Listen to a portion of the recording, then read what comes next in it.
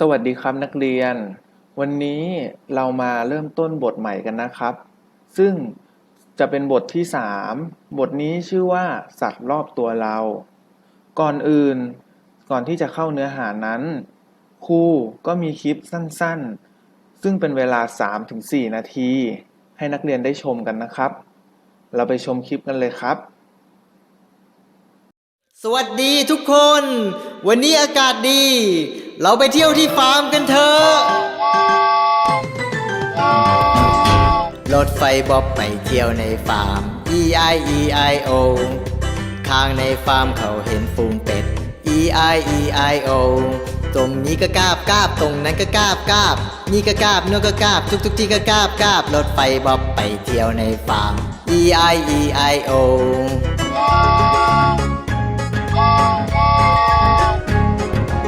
รถไฟบ๊อบไปเที่ยวในฟาร์ม E-I-E-I-O และข้างในฟาร์มเขาเห็นฝูงม้า E-I-E-I-O ตรงนี้ก็ฮีฮีตรงนั้นก็ฮีฮีนี่ก็ฮีนั่นก็ฮีทุกที่ก็ฮีฮีรถไฟบ๊อบไปเที่ยวในฟาร์ม E-I-E-I-O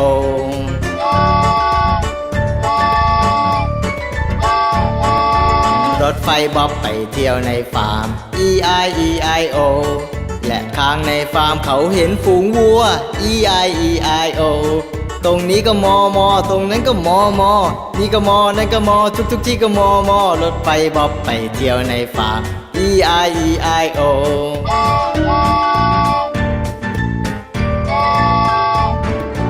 รถไฟบ๊อบไปเที่ยวในฟาร์ม E-I-E-I-O และข้างในฟาร์มเขาเห็นฝูงหมู E-I-E-I-O ตรงนี้ก็อูดอูดตรงนั้นก็อูดอูดนี่ก็อูดนั่นก็อูดทุกที่ก็อูดอูดรถไฟบ๊อบไปเที่ยวในฟาร์ม E-I-E-I-O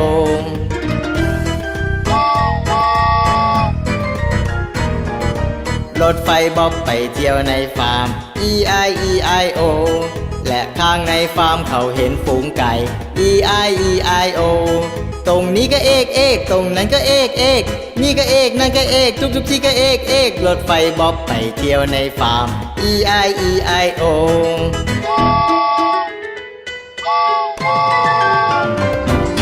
รถไฟบ๊อบไปเที่ยวในฟาร์ม E-I-E-I-O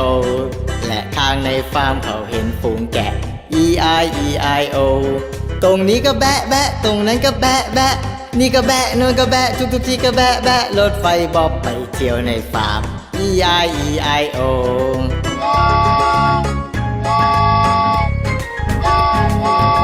รถไฟบ๊อบไปเที่ยวในฟาร์ม E-I-E-I-O และข้างในฟาร์มเขาเห็นฝูงสุนัข E-I-E-I-O ตรงนี้ก็ห้องห้องตรงนั้นก็ห้องห้องนี่ก็ห้องนั่นก็ห้องทุกที่ก็ห้องห้องรถไฟบ๊อบไปเที่ยวในฟาร์ม E-I-E-I-O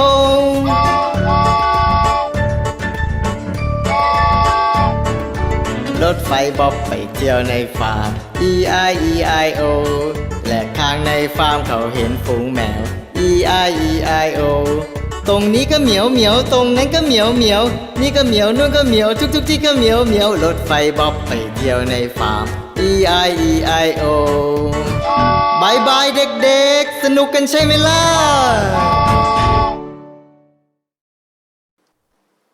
เป็นยังไงบ้างครับนักเรียนคลิปที่คุณครูให้ดู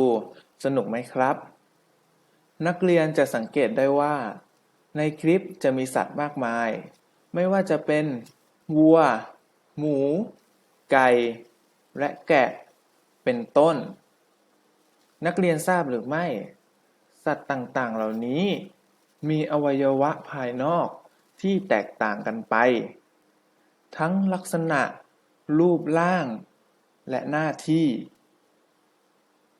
ถ้านักเรียนยังไม่ทราบเราไปเริ่มต้นบทเรียนกันเลยครับเรามาเริ่มต้นหัวข้อแรกกันนะครับนักเรียนโดยหัวข้อแรกก็คืออวัยวะภายนอกของสัตว์ร่างกายของสัตว์นะครับนักเรียนจะประกอบไปด้วยส่วนต่างๆที่เรียกว่าอวัยวะและอวัยวะภายนอกของสัตว์จะประกอบไปด้วยตาหูจมูกปากเท้าครีบปีกเป็นต้นโดยสัตว์แต่ละชนิดนะครับนักเรียน จะมีรูปร่างและอวัยวะที่แตกต่างกันไป เดี๋ยวเราจะไปดูตัวอย่างกันนะครับว่า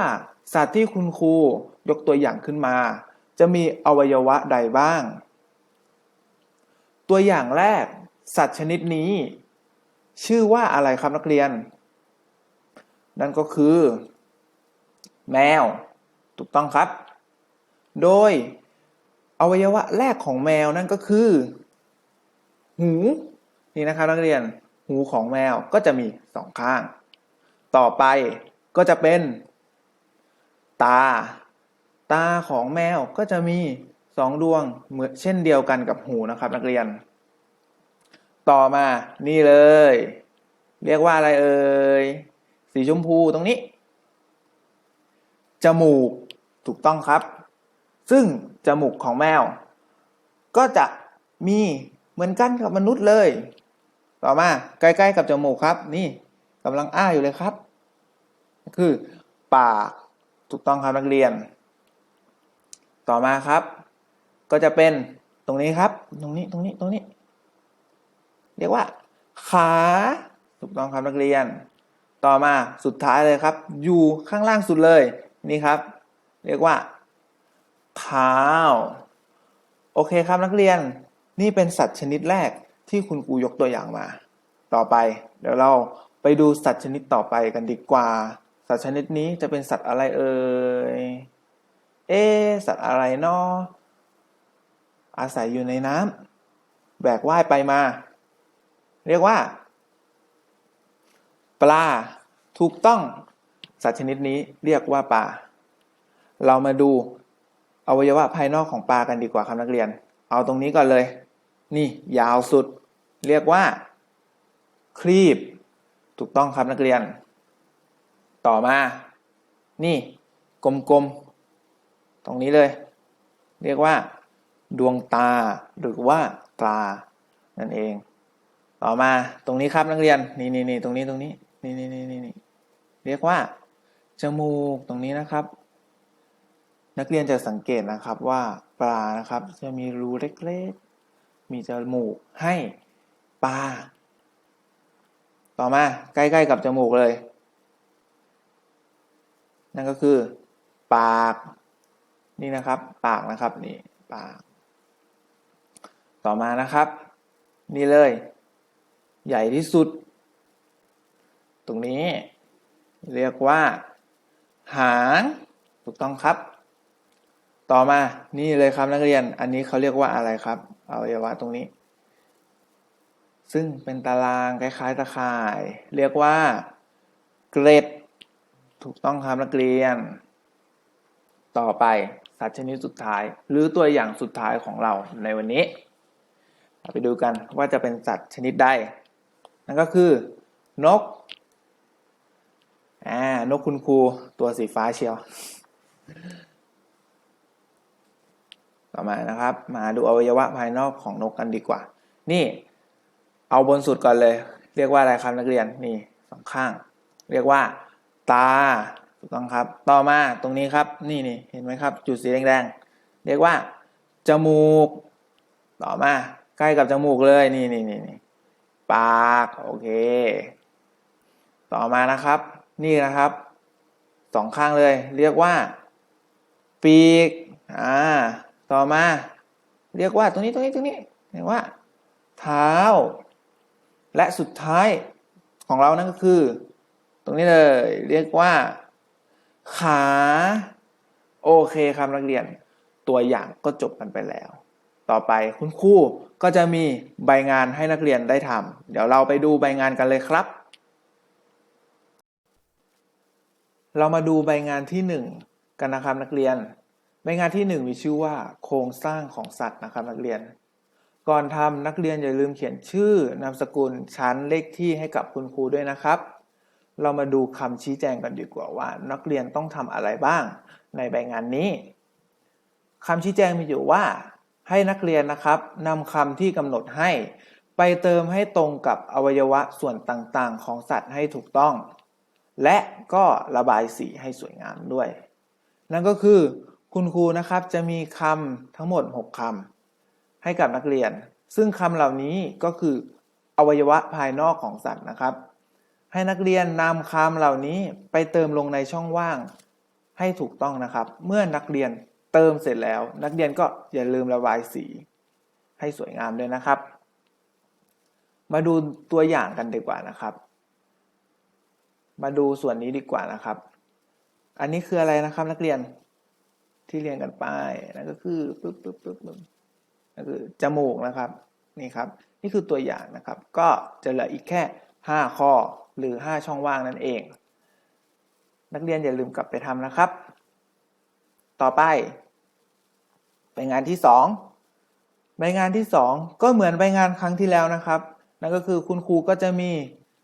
คำ6คำเหล่านี้ก็คืออวัยวะภายนอกของสัตว์ให้ไปเติมลงในช่องว่างให้ถูกต้องเมื่อเติมเสร็จแล้วนักเรียนอย่าลืมระบายสีให้สวยงามเลยนะครับมาใบงานนี้คุณครูก็มีตัวอย่างให้เหมือนกันเราเอาตรงไหนดีเอาตรงนี้ดีกว่านี่ช่องนี้ดีกว่าใกล้สุดเลยช่องนี้ชี้ไปทาง